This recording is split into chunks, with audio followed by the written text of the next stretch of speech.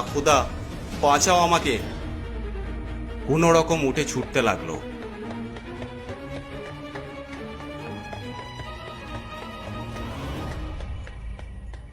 আমির, কোথায় চললে আমাকে একা ফেলে?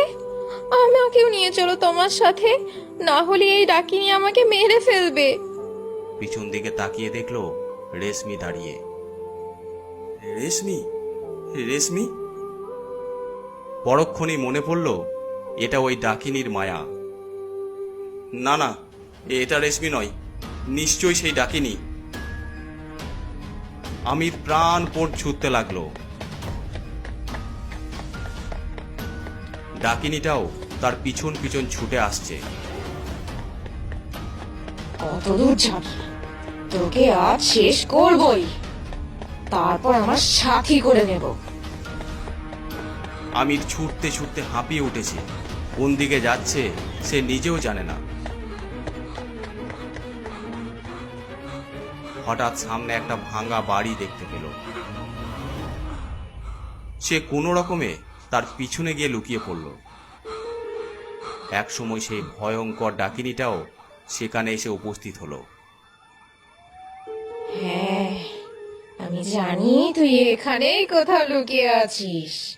বেরিয়ে আয়, বেরিয়ে আয় আমার কাছে। আমির দুহাত দিয়ে মুখটা টিপে ধরে আছে।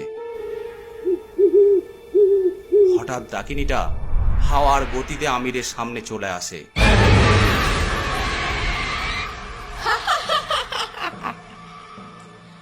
বলেছিলাম না তোকে আমার সাথী করব।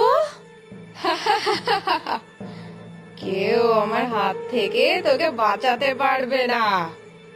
আয়, আয় আমার কাছে আয়।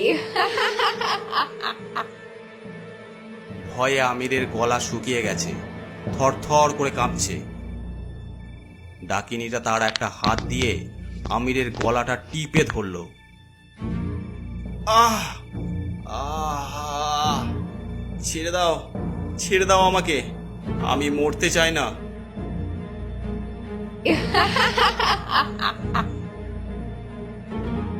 আস্তে আস্তে তার মুখটা ঘাড়ের কাছে নিয়ে যায়।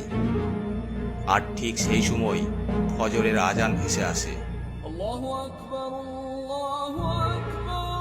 ডাকিনীটা বিরক্ত হয়ে তাকে ছিটকে ফেলে দেয়। আমিরের মাথাটা দেওয়ালে গিয়ে লাগে। আহ! যা, তোর খুব ভাগ্য ভালো, না হলে আজ তোকে শেষ করে দিতাম। আহ! এই আওয়াজ আমি সহ্য করতে পারছি না। হঠাৎ ডাকিনীটা হাওয়ায় মিলিয়ে যায়। আমিরের মাথায় চোট লাগায় আস্তে আস্তে ওখানেই অজ্ঞান হয়ে যায়। সকাল হতেই গ্রামের কিছু লোক মাঠে কাজ করতে যাওয়ার সময় ভাঙা বাড়িটার কাছে আমিরকে অজ্ঞান হয়ে পড়ে থাকতে দেখে অবাক হয়ে যায়। কি ব্যাপার, এখানে এই ছেলেটা এইভাবে পড়ে আছে কেন? তারা আমিরের চোখে মুখে জল ছিটাতেই আমিরের জ্ঞান ফিরে আসে। না না, আমাকে মেরো না, ছেড়ে দাও। না না, কেউ তোমাকে মারবে না, ভয় পেও না। কি হয়েছে তোমার সাথে? আমিরের তখন হুঁশ ফিরল। তারপর সে গত রাতের সমস্ত ঘটনা খুলে বলল। হ্যাঁ, এই তল্লাটে একটা ডাকিনী থাকে, মায়া দেখিয়ে জালে ফাঁসানোর চেষ্টা করে। যাক, তোমার ভাগ্য ভালো, তোমার কিছু হয়নি, সাবধানে বাড়ি যাও। খোঁজাখুঁজি করতেই একটা ঝোপের পাশে বাইকটাকে পেয়ে যায়।